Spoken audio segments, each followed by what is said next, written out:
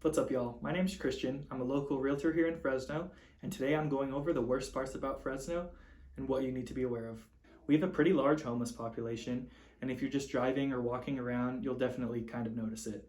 Of course, there are good areas and bad areas, and as you live in the city for a while and you kind of drive around, you'll get an idea of that. As long as you pick a house in an area you like, I'm sure you'll have no problems, and most people in Fresno are pretty friendly and neighborly. In the last 2 years, we've definitely seen growth in the homeless population. Since the pandemic, we've seen a 15% increase in the homeless population, and that's nothing to bat an eye at. Most people from bigger cities have no problem living with homeless populations, and once you get to learn how they're like and what it's like to live in Fresno, you'll really not see it as a big problem. It's just part of the way it is.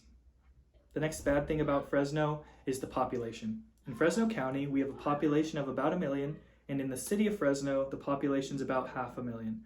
So within the city, when you compare it to other major cities, it's kind of small. In smaller cities, there's less opportunity for things like jobs, less businesses are invested in the area, and you don't have access to certain amenities that you would in a bigger city. As long as you know this and understand it about Fresno, it's really no big deal.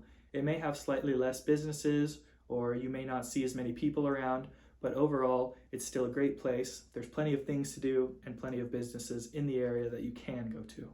A small population is really no problem for most people. It just poses some problems for people who are maybe looking for work in certain areas or just like to be around bigger, sprawling metropolises. The next thing about Fresno is where the construction's happening. In Fresno, the majority of the development and construction's happening on the outskirts of the city.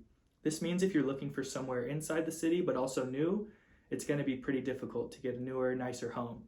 Most of the development in Fresno County is happening in areas like Clovis and on the outskirts of Fresno.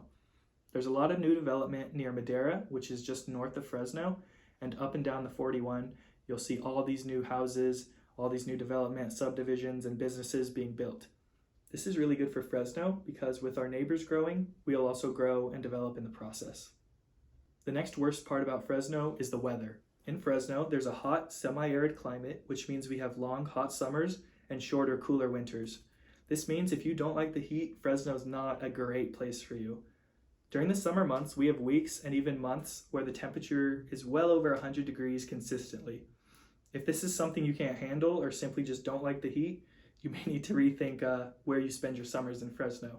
But I found that as long as I have AC, I'm usually okay, and I just like stay inside or maybe go swimming.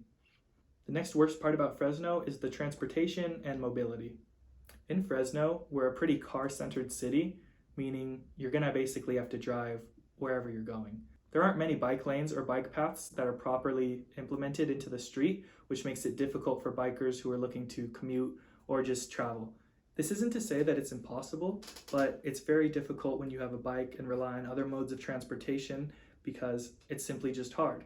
In Fresno, we have one major highway traveling north and south, which makes it difficult for anybody looking to navigate east and west throughout our city.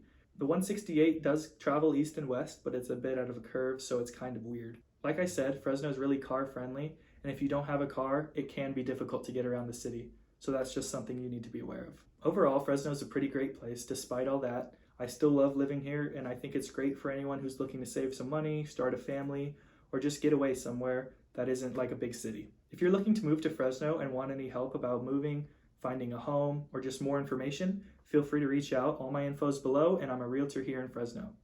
If you want to see more about real estate in Fresno, feel free to subscribe, and please like the video if you found anything useful from it. Thanks.